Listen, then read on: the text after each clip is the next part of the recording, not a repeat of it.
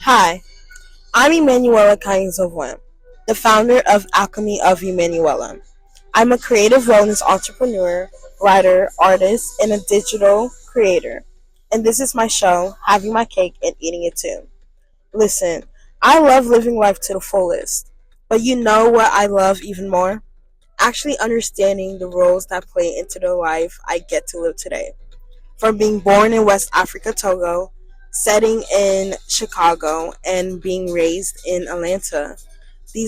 There are multitudes of experiences I could touch up on, from my own life to the lives of others, and how it ties perfectly into the society we live in today and the philosophies we can aim towards in the upcoming future. From growing up in the church to understanding the actual love of Jesus.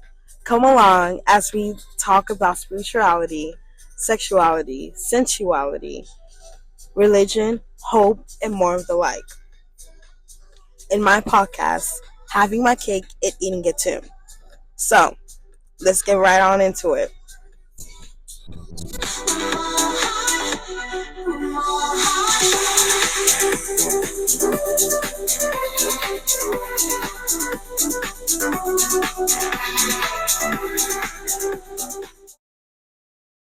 Hello, hello.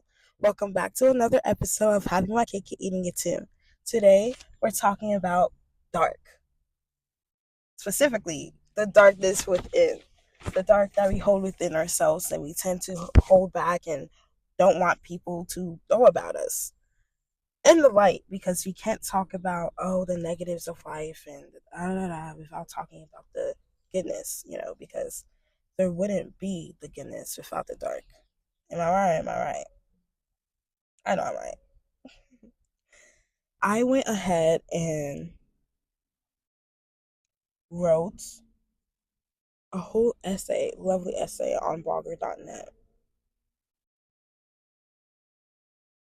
about the perplexities and the duality of the darkness within us, which most tend to call the shadow of death. I know we all know this song, Gangsta's Paradise. Been spending most of our lives living in the gangsta's paradise. I'm gonna see if I can play it for y'all. But that highlights, I spend my time treading the shadow of death, not knowing where to go left from right, all of that. And it had me thinking, no, that's really something that a lot of us deal with, that every single one of us has occurred. One of the things that helps me understand that life isn't all that lonely is that every single experience that I have experienced before, somebody else has also experienced it. If not in the same way, then a version of it. The person next to me, we have felt the exact same emotions: anger, frustration, sadness, happiness, greed, strife, whatever it may be, just in a different font. So being able to understand that, all of us have felt a period of ourselves where it was just downcasted by whether that be insecurity or whatever, so many things that have happened in our lives that has made us more pessimistic, or we just had a tough day. All of these things have played a role into the beauty of our lives, and especially when we're able to go through those things and come out and be like, hey, I went through that and be a highlight, be a connector to other people who, again, have possibly gone through the same thing or similar. It could be completely different, but something that you say, something that you experience could be the solution to somebody else. And that's what the darkness within us leads us to do, because the darkness within us contains the so-called demons that we have. Demons by Imagine Dragons. It's where our demons lie. In the past, and I fall victim to this, of like holding everything in and not letting anybody get close enough, not wanting to see where, okay, the sad parts of me, the angry parts of me, the upset parts of me, thinking that, although I did like being angry, but thinking that people wouldn't want to be around me, or it would be a waste for them, or it didn't matter enough, only because I wasn't feeling it myself. But it's like, where is that feeling gonna go? Because it was meant to come out for a reason. I felt it for a reason. Nothing happens by accident. We think that, oh, nothing happens by accident around us, but no, nothing happens by accident within us as well. Tears, frustration, anger, it all communicates something to us. It's the mind, body, and soul, not just body, not just soul, not just mind. It's a mind, body, and soul. So whenever things of that we would rather ignore, be dissonant towards comes up, we need to sit with those things. Those are the things that are the dark. That sitting with it gives us an opportunity to bring the light to the dark, gives us an opportunity to show unconditional love, show love to the parts of ourselves that we feel otherwise with, to the parts of ourselves that we feel like we cannot love, that it's not lovable, which isn't fair. Because you telling yourself that those parts of yourself are not lovable, that doesn't deserve love, means that you don't deserve each and every single thing that you want in this world, the wishes that you have. Because when you were a child, I know you had wishes. Where do those wishes go? Do they still pop up in your mind and you just brush them aside? Or you're fighting towards them in a way that is not aligned? And it's not aligned because you are not listening to every single part of yourself. So we need to be able to sit with that darkness, show it the light. And that is what Jesus did. The life that he lived, the care that he had to sit with it, because in his time, it was willing for you to die because of the things that you inherently had. You had to contort yourself to a certain style, to a certain way of being, to a certain way of speaking. Don't say that word. Don't say this. Don't do that. Eat like this. Don't do that. And if you did anything of the otherwise, you were claimed to be against your father, your mother. You were claimed to be against God. When in reality, it was God himself that made you like this. To question where these things are deriving from. Is it from a place of love? Is it from a place of expansion? Or is it from a place of control? God doesn't control us. Why should we be controlling each other? And we see that a lot of the times the darkness is more from things of control. Times that we wanted to be free and innocent and purity. And it was shut down within us, one or the other. It was just shut down. Whether it be from religion or people's preconceived notions, whatever it may be, it was shut down. And it made us feel that to replace it, it gave us fear. Because it was something within innocence, within purity. What else could rationalize you not doing something that brings happiness to yourself, if not others? Because it brought insecurity be in front of somebody else. Now you can't do it. The only thing that can instill is fear. It can instill that, hey, I am not allowed to do this because if I do this, it is unsafe for me. Even though it is something that on the opposite end is supposed to uplift you.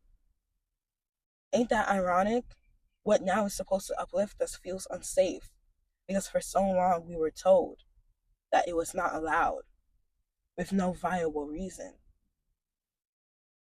So the only thing to make it now allowable, to now give it comfort, to take that fear away, because if it is a fear, it's not of God. Fear is the opposite of love. If you are fearing it, you are not loving it. So the only way to take that away is to show it. Hey, you can be you. Hey, I love you. And however it shows up, be there. Be there as hard as it can be. It might show up as sad and angry at first. Let it. It might show up as hesitance, anxiety, anxious. Let it. Feel it. Scream. Know that it is not yours to carry. Regain that curiosity for it until it becomes second nature to you. And I'm currently in this process of it becoming second nature to me. Babes, we are all in this together. Once we know who we are, make our dreams come true. I've always known we're in this together. I've always tried to be in this with each other. Yet I tended to give myself into it without standing firm within what I am bringing and what I am gifting to myself. So we are all in this together, and I've finally gotten to a place where, hey, this podcast is me quite literally saying that we're all in this together. What's up? Going through the motions of acknowledging that, yo, you can be safe within what you are doing. And literally just being there, reassuring. Cry if you got it. But yeah, because I've done the work to get to this point. Babes, as I said in my intro, I am a first generation, well, I didn't say that in my intro, but I am a first generation college student. And I am a second generation, grew up in a church. Me and my guardians, my previous guardians were the first generation to recognize Jesus Christ, to recognize religion within their homes, within their families. You know what that meant for me? And I'm the only, like, girl, like, I had to uphold so many of these white ideals while still ironically mixed in with our traditions. So it was a lot of pick and choose, you know? But at the depth of it, it put women on the bottom. It put women, hey, you have to do this because I said so. It put women, your opinion and your feelings come second wise. If you want it to come first, it has to be in the most demeaning, humblest of ways, while not demanding that humility from others as well. Humility goes both ways. If humility is not going both ways, then it has now become self-disrespect. Simple as that. And there should always be grace within it, because that represents the divinity of God itself. But that being said, there's a lot of things that were put onto me that I didn't need to hold. And I'm full of so much light. And I just had to recognize those things that I didn't need to hold, so that I could come to y'all and be like, hey, if I can do it, you can too. Can too. Nonetheless, this was my yap of darkness. And in the next segment, I will read my essay for anyone who wants to have this in the background and just listen to a analytical essay about the human complexities of their inner strength in the duality of light and the dark, and being able to accept each other for who we are as we come, and give more compassion and understanding and forbearance, knowing that everybody deserves what they deserve individually, and not holding any type of grudges regardless of the relationships that we happen to hold. Because after all the dark, after being able to sit with all the dark, you acknowledge that, yo, what you need is love. The love that will help you grow. The love that will help you flourish. The love that will protect you and nourish you. And the places of love that are not that, the places that claim it's love, but it's not reviving you, it's not protecting you, it's not nourishing you, it's not pouring into you, you let it go. You let it go. Next round, boom. Hi, it's Emanuela, back with the second part of this podcast, where I read my essay titled The Valley of the Shadow of Death by Emanuela MK, and this can be found on blogger.net. Everyone encounters both highs and lows within their lives.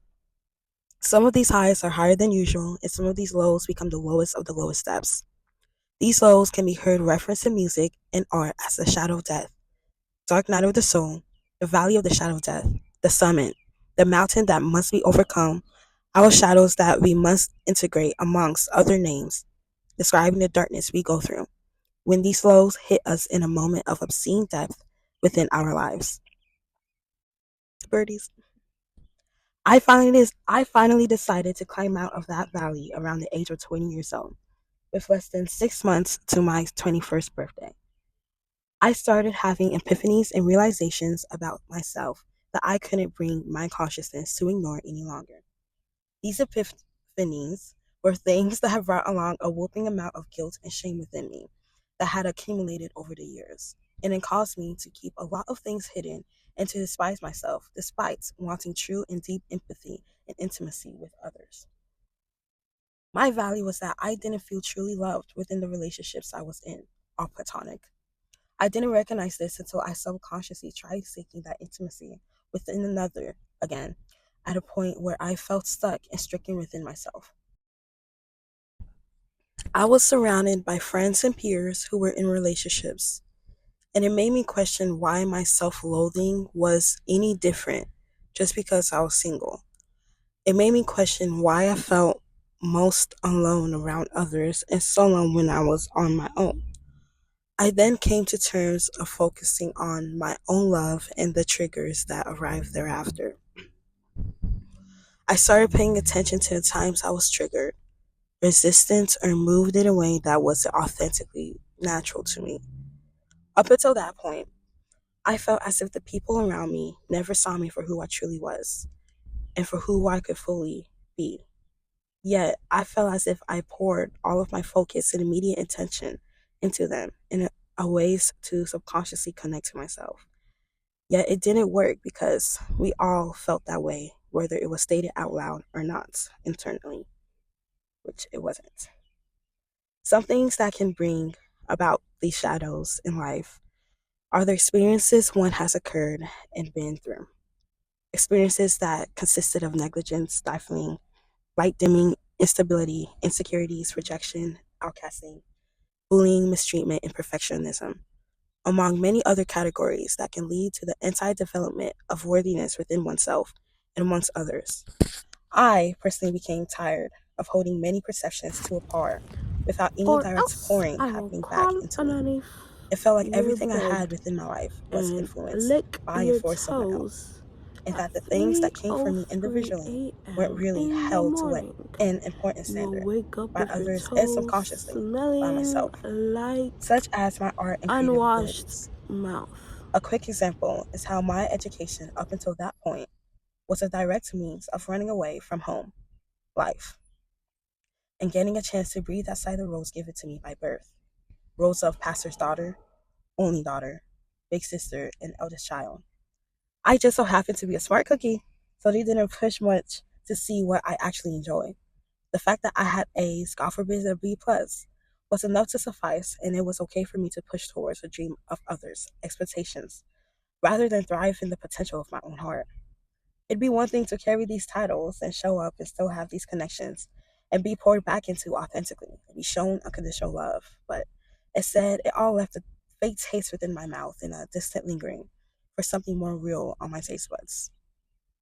There were occurrences and key interloops that occurred within my childhood that felt too at ease to skip over amongst the people around me. 2 years later, I feel fulfilled and I'm going towards my things. I don't have that assistance now, but I feel fulfilled. You know, and what is for me will always, I would never have to sacrifice myself for what is for me. What is for me will always present itself for me with no sacrifice, as I am fully. Amen.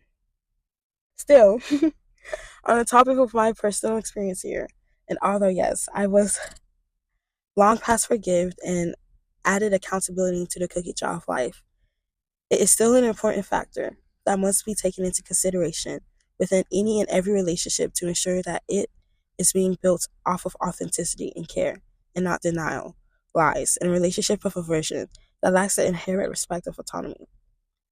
I have since healed from these shadows, and I am now recalling them from a place of truth and recollection. So these same cycles do not continue. May our children and ourselves have fewer valleys to climb out of as they grow. That being said, accountability is a very important part of a relationship, and I didn't receive that.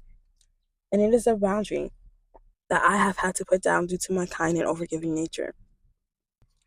It's a boundary I have between me and God. It's a boundary I have with myself.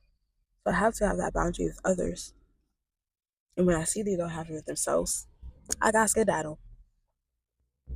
See, when you take the time to look at these shadows, it becomes easier to see and feel what it means to love and how it adequately applies to you.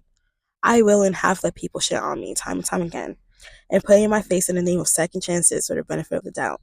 I realized that I could only hand out so many benefits until it becomes self-disrespect and I have nothing left for myself.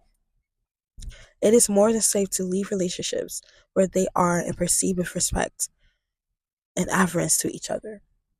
Although this was all after the fact of seeking my own accountability, with days of creating and checking my emotional state, shadow working, journaling, endless voice memos, prayers, and meditative connections to my soul, body, spirit, and higher living, which aided in the self-realization, acceptance, and healing of my heart and integrating comfortably within my skin. During the time that I came face to face yet again with my valley, I was wallowed with extreme confusion and weariness, for I knew the option of where I could go. To ignore the feeling, swallow it down, and act as if everything was good. But that no longer felt right. Not that it ever did. It hadn't felt like there where I wanted to be for a very, very long time. Clarity was needed, and it took me looking at the sectors of my life for the ball to get rolling and to figuring out why I felt as shitty as I did. On the opposite end, I could have gone to things of comfort, such as alcohol and weed, and perpetuated the cycle of flag. I could have looked at all that I was feeling and ignored it, glanced at what my body was telling me, and stepped on it out of fear, anxiety, hurt, or just an overall lack of love, which would have kept me in this pit alongside my sadness, hurt, and underlying anger and fear, eventually building resentment and avarice to the life I am now living and trying to embody, causing diseases and whatnots. It was a type of feeling that no matter the vacation or trip or shopping or eating I did could take away, only serve as a temporary distraction until the feeling settled into the anxiety I felt in the current moment once again. These traits are deadly to keep within ourselves because they can easily snowball into jealousy, envy, hatred, and spite, which are all emotions that can push us over the brink and cause us to do and partake in actions we otherwise, on a pure heart and rational mind, wouldn't have. These emotions also push us towards diseases, such as seeking as much dis-ease. It tends to cause within our psyches and emotions. It must also show up in the physical form eventually to further help bring you to attention for yourself. As I said in the beginning, this had all occurred before my 21st birthday. So imagine my surprised heart when I finally turned a big 21. Hey! Yet had no desire to partake in the consumption of alcohol or even go on some eventful bender. Alas, this is what occurs when you decide not to ignore the call in choosing, instead to sit with yourself out of love. The same love that God carries and has for you. The same love and unconditionality that He wants us all to embody and share with one another. Yet, we cannot get to this point if we are unable to show that love to ourselves and open our field of allowing for the love that is already provided there freely by our source of creation. Alas, this is what occurs when you decide not to ignore the call and choosing instead to sit with yourself out of love. The same love that God carries and has for you. The same love and unconditionality that He wants us all to embody and share with one another. Yet we cannot get to this point if we are unable to show that love to ourselves and open our field of allowing for the love that is already provided there freely by our source of creation. An example of the results of not sitting with these entrophies that arise within oneself can be seen in the Bible's literature under 1 Kings 21, chapter 21. Naboth's vineyard, Cephas for the chapter.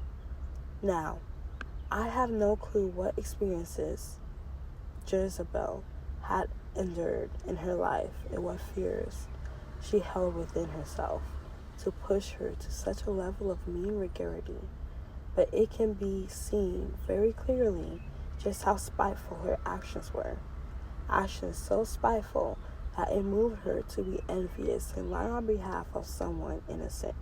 Again, this is 1 Kings chapter 21. Under the guise of a God that I am sure she believed completely to be just and true from the perceptions that she held within and filtered through her life experiences, making spiritual paranoia a very much thing. And her husband, the king, who chose to be pitiful and harbor animosity toward his friend instead of taking his advice up to the Lord and looking deeper within why he wasn't allowed to have such lands in Rome of acres. It proves to show we are all needed within the plans of God, and in setting our egos aside, we can look at ourselves through people rather than looking at the actions of others and basing our own off of it.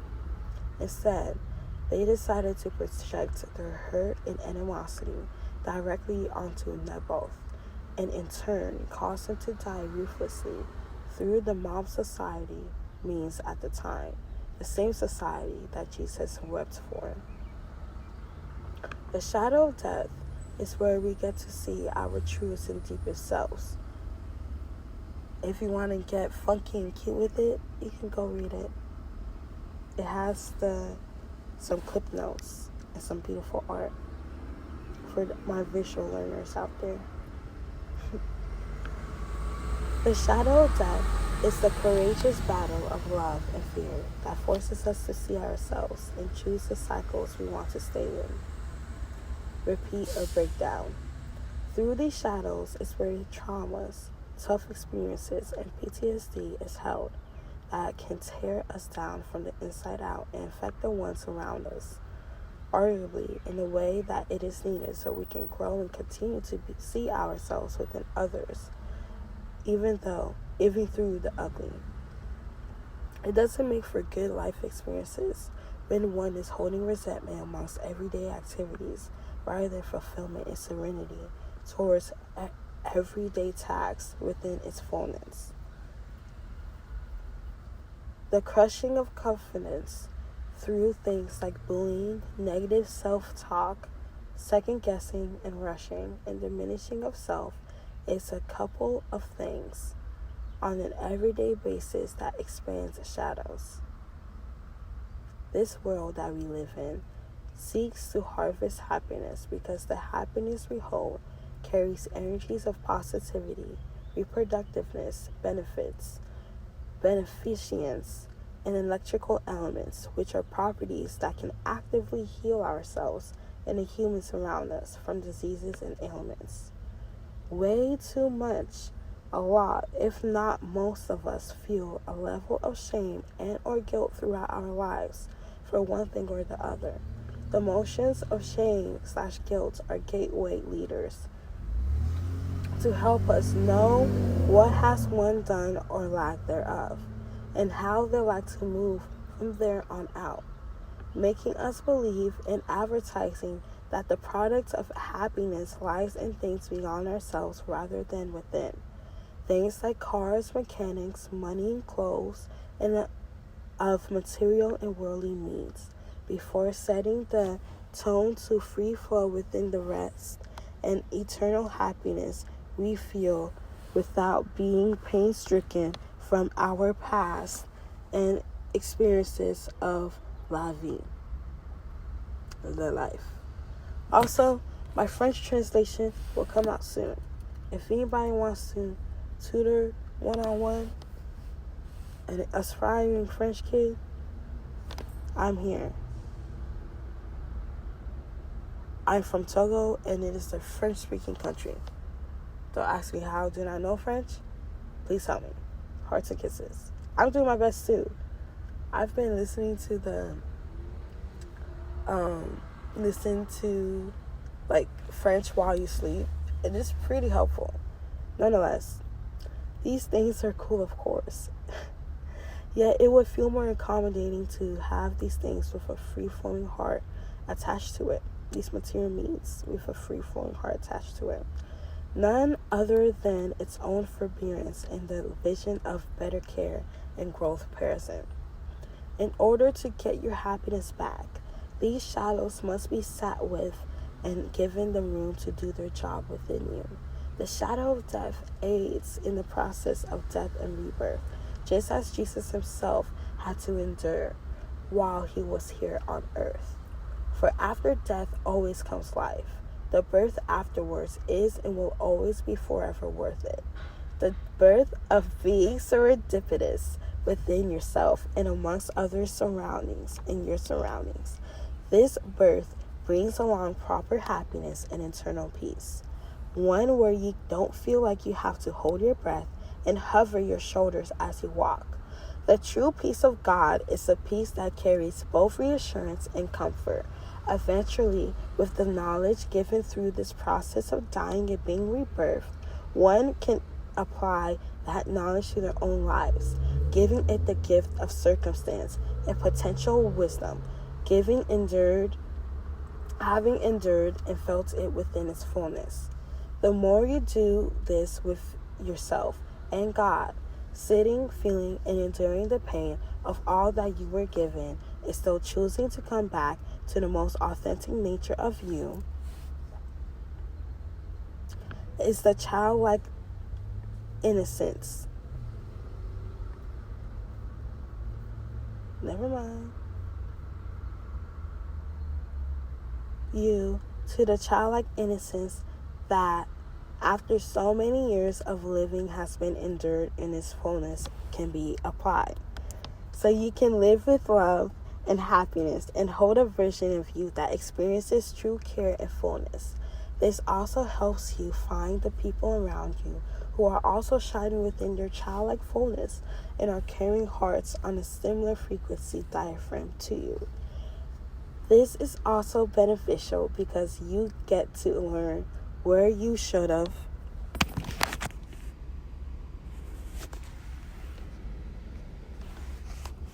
been taught to protect and upkeep yourself, handing and showcasing to you the truest love and respect that you deserve, serving up space to hold that unconditionality with respect to yourself first and forevermore before anyone else gets a clue on it. This builds trust within God and more confidence within yourself.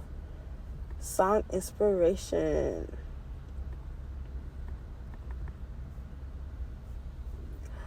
If it'll let me go to it.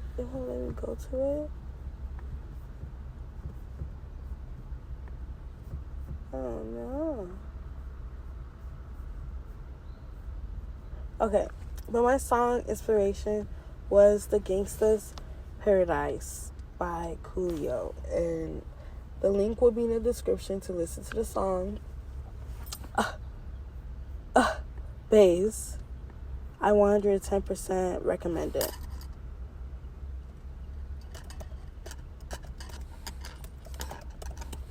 I originally edit. Buckle your boots for this story, right? We're not done with reading the essay yet, if you're still listening. But buckle your boots for this story because it is so dynamic. So, boom. I am a Nightcore listener at heart, bro. Anime that helped me through middle and high school. Dead A. That being said, I love Nightcore, and it's basically just sped up songs and like anime voices and like, you know, Miku and all that. And I had originally listened to the song before I played for y'all. God be it. Hopefully I'm allowed to keep it in, you know. But I had listened to the song in Nightcore, and I was like, oh, this is a banger. And then I listened to it so many times, by the way. And then I listened to it, the original. I was like, dang, this is lame. Like, it was slow. But I was like, hold on. But the lyrics, though, it came back to me for like years, bro. Mind you, I listened to this person like 2017 or something, the Nightcore version, right? And we're now in 2025, and this has made full circle in my life. The lyrics, what it's talking about, and I plan on. Let me not talk about it. Just keep your eyes open for when it comes to rap and hip hop and the African American culture and how it integrates with all of us and the lyrics and who we is and yo.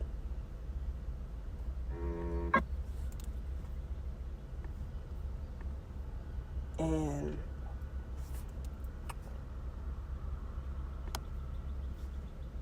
without further ado,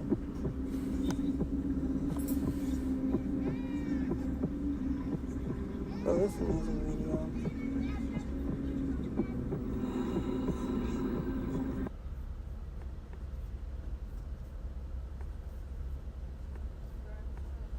Matter of fact, y'all go watch the music video right now. It's the needs to be watched.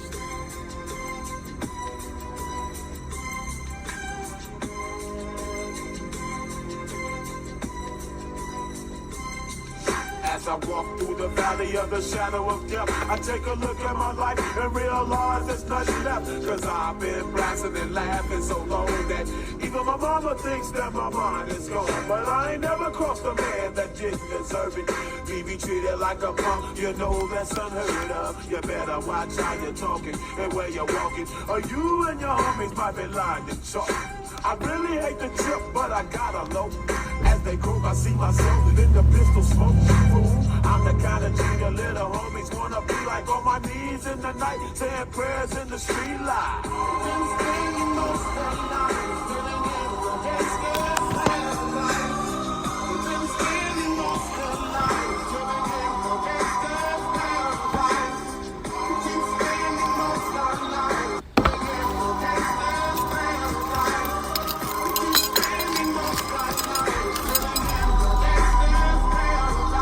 paradise. Look at the situation they got me facing. Nevertheless, that is just a snippet of the full song. But in the very first line, it says, as I walk through the valley of the shadow of death, I take a look at my life and realize there's nothing left. And then it goes into a whole story. Even within that sentence, by the end of it, he realizes there is something for my life and there is what I'm going to make out of it. But being in the valley of the shadow of death is where you get to seek that out. It's where you get to look it in the eyes. It's where you get the opportunity to be like, hey, the reality of where my life has been in my feelings, because you cannot continue treading life, keep doing something, keep doing the same thing, and it's insanity, right? And you're going to continue doing the same thing if you don't know what it is that you're doing, because it's inherent, it's nature to you. So in order to change your life that has already been nature to you, you need to change your nature. In order to change your nature, you have to look at, okay, what has my nature been so far? Moving on to the essay. What is the value of the shadow of death? Below that, there's also a song called Demons by Imagine Dragons. And that song basically touches on like the feeling within two people, like, oh, they'll come too close, they'll look inside, that's where my demons hide. When you feel my heat, look into my eyes. Things like that. The valley is where we lay within our own crucifixions and carry our crosses that the world tells us not to bear. As Jesus endured in his life, and the disciples as well, an ego death occurs in the process of shedding an element of you, of yourself, that was withholding your full potential and authentic power occurs. What does it mean for one to encounter the dark night of the soul? Words like shadow of the dark have been have been tied to a connotation towards something bad. And looking at that perspective can easily start the process towards how you view yourself and others. This night offers us the opportunity to give us space to cry, to feel, and to be angry, become hysterical, and even cry and throw up at the same time if that what needs to be done. Anything within right judgment to fully let us feel and heal these moments that warrant us to hold us back. What matters is that at the end of the day, you pick yourself up with acceptance and gratefulness for the love that you prove to yourself that you have the capacity to hold and flourish within. Because the love in life grows no matter the predisposition. Once you get to feel and encounter ourselves, we get to just notice these past triggers within our lives and conclude them as the role they played, and focus that energy that would have otherwise been used in a negative sense towards ourselves and goals that we want to bring forth in life. The valley of the shadow of death builds us up to strengthen us for a world of innocence that is worth fighting for. Holding the process of it being an internal battle before a battle laid amongst others. The times that we get stuck in these cycles of gloom and darkness are whenever we lose the courage and drive to continue on a path towards happiness and love. And this isn't common in the slightest. This isn't uncommon in the slightest. That is why we have and surround ourselves with so many family members and people, hoping to in turn feel these parts of ourselves through them and their comfort. Yet from experience and research, we know that this comfort cannot truly be held until you have the first round found in it with yourself. Water break.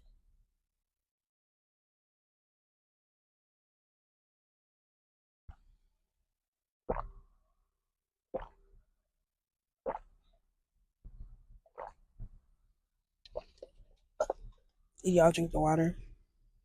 Okay.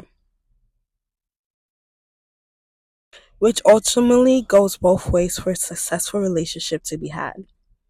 Ignoring these parts of yourself will cause you to project it out and unknowingly cause rifts between yourself and your relationships. Things of miscommunication, misalignment, and judgment serve to crowd your vision on what is right, just, and true in the circumstance at hand. Without serving judgment and still holding compassion because you held it for yourself prior. The demons that people have and shut away are exactly what keeps us away from each other and keeps us in a lonely, restless state with ourselves. To fear your demons is to, in turn, protect them and understand their fears and motives, whether conscious or unconscious within your life, giving you the choice and potential to grow, rather, keeping what is beneficial to grow further and releasing what is no longer of use. For visual inspiration, there is a song called Indelia. It's a French song. You've probably heard it before. It's like, it's really good. And the visual representation of that song, that music video, was a good visual representation and art of the valley of the shadow of death, the darkness of trading through a life that you are unhappy with, and then finally being like, bro, letting it go. And that's the lesson within it: acceptance, understanding, and then choosing the best for yourself no matter what. And then there's light, there's peace within.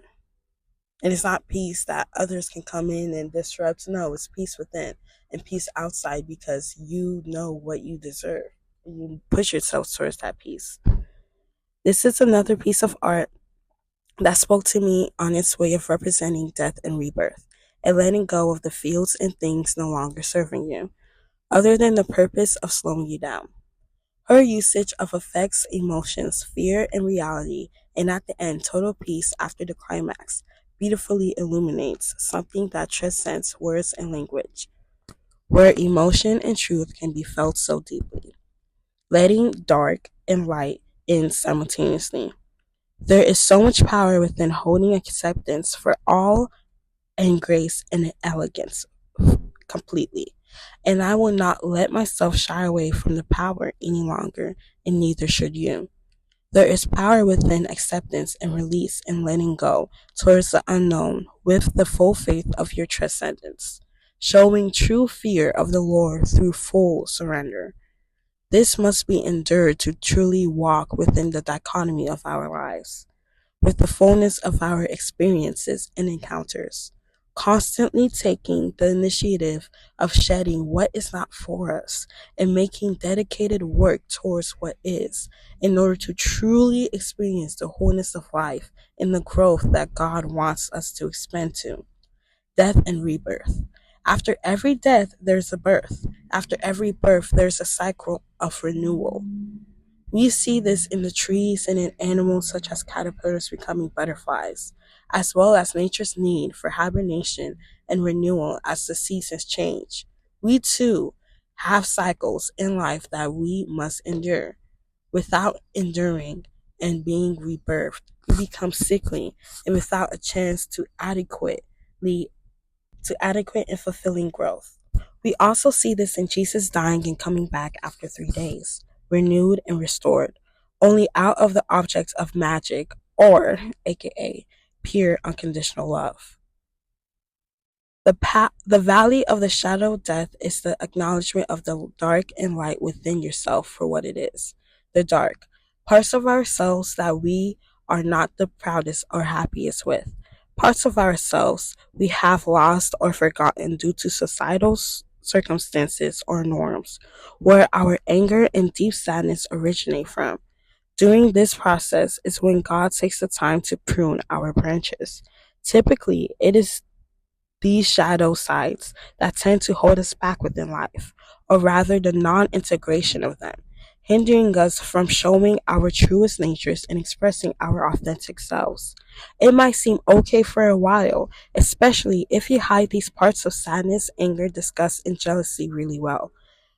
But they don't go anywhere. They do not go anywhere. This is why and how they become demons. Things that we have built and poured so much animosity into that has taken a life of its own and is able to make an unwarranted appearance within stressful, triggering, and high demand situations within our lives. These are the mountains worth moving. The mountains that God lets us know, if we have the faith of a mustard seed, will show fruit within its departure. The mountains that are moved for us through that of faith, love, hope, and courage. On the opposite hand, fear, gossip, blame, and the lack of faith will keep you inside the dark loop.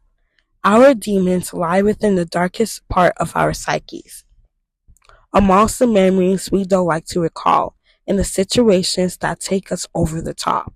It is where our insecurities are buried, and anything that is not of love gets piled into. The light is joyful, and the parts that we are more than ready to show and indulge in with others. These are the spaces within ourselves that we are happy and content with. The valley is where we get a chance to talk to our inner personal demons, an opportunity to sit and hug them, allowing us the opportunity to understand their perspective and what caused their births. If we never truly die, then I believe that the divine through me, that we should strive towards harmony and the acceptance of self constantly and consistently. Not gonna lie, that reading that gave me aneurysm. Moving on. I'm improving right, y'all. Bringing the dark to the light, shining light on the less immediately accepted parts of yourself, shining light on the parts you feel guilty or shameful about, shining light on memories and places of sadness and abandonment, hurt and anger. The shadow of death is for us to be renewed. It is when God decides to prune our branches and renew us to be better suited in our missions on earth, aka being ourselves. John 15, read in footnotes. John chapter 15 remains in the example of love. Remaining in his example of love. It's a very good verse. Okay. And it is not easy, yet it is worth it.